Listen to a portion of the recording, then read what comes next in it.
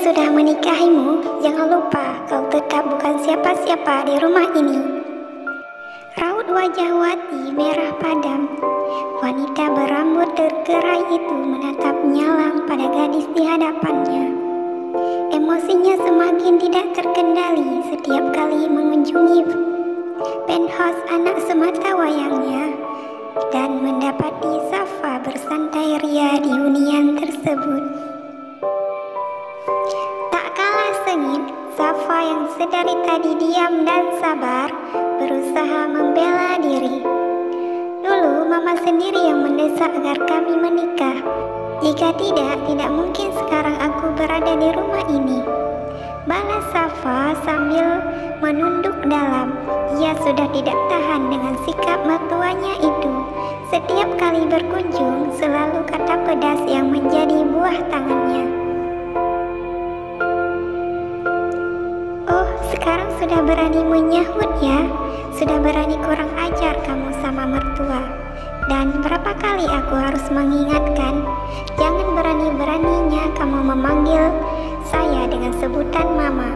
Karena sejak awal aku tidak pernah menganggap kau menantu dalam keluarga ini. Paham kamu? Tadi menyebut dirinya mertua. Sekarang malah bilang tidak pernah menganggapku sebagai menantunya. Maksud orang tua ini apa sih? Batin Safa sambil memejam mata sejenak. Darahnya seakan sedang mendidih. Ingin sekali ia menyeret wanita yang seharusnya ia hormati itu keluar dari apartemen ini. Jika saja ia tidak ingat kepada Tuhan serta akibatnya nanti. Dasar tidak ada bedanya dengan parasit. Mama, hentikan! Rian tiba-tiba pulang. Safa dan Wati menoleh secara bersamaan ke asal suara. Sedangkan Rian mempercepat langkah, lalu berhenti tepat di antara istri dan ibunya tersebut. Berapa kali harus ngomong ke mama? Menyakiti istri Rian itu sama saja dengan menyakiti Rian mah. Jadi tolong, Safa itu istri Rian mah, menantu mama satu-satunya. Buka hati mama. Rian lalu menoleh ke arah istrinya dengan tatapan sendu. Ia berucap, sayang, tolong tinggalkan kami berdua. Tanpa menjawab, Safa menatap tajam ke arah Wati. Meski sekilas, namun mampu membuat darah Wati kembali panas. Safa berlalu dari hadapan mereka, menuju tangga, pergi ke kamarnya. Di belakang, Rian menghela nafas kasar. Lihat, istri yang selalu kau bela itu malah tidak mengerti sopan santun dan tak beradab. Dengan tak sopannya ia melihat mama dengan ekor mata. Dari dulu mama sudah bilang, ceraikan wanita kampungan itu. Dia hanya ingin menumpang hidup enak kepadamu saja. Ma, sudahlah. Safa adalah wanita yang Rian cintai. Sampai kapanpun Rian tidak akan meninggalkan dia. Sampai kapanpun. Ucap Rian tanpa berpikir. Tujuannya tidak lain untuk membungkam mulut Wati. Mama tidak habis pikir apa yang ada pada perempuan kampungan itu, hingga kamu tidak bisa lepas dari jeratannya. Pasti kamu sudah diguna-gunain. Mama sangat yakin, Ri. Diguna-gunain apa, Ma? Mama ini ngakunya aja wanita modern, sosialita, tapi pemikiran mama masih primitif. Sudah, Rian capek, mau ke kamar dulu. Melihat sang anak menuju tangga tanpa menoleh lagi, Wati geram dan kesal. Tak ingin darah tingginya kambuh, wanita yang menggunakan dress berwarna gading selutut itu lekas menyampirkan tas ke tangannya, lalu memilih untuk pergi. Sesaat kemudian terdengar pintu tertutup kasar dari luar hingga menimbulkan suara debam. Aku mau kita akhiri saja hubungan tidak sehat ini. Kalimat telak dari Safa menyambut kedatangan Rian di kamar gadis itu. Safa yang tadinya duduk di tepian ranjang kini bangkit lalu mendekat ke arah lelaki yang sudah 2 bulan itu menikahinya. Jika kebanyakan pasangan di luar sana menikah karena saling mencintai, maka tidak dengan kedua anak manusia yang sedang berhadapan ini. Mereka menikah karena kesalahpahaman yang kedua orang tua Rian menyebutnya untuk menutup malu keluarga.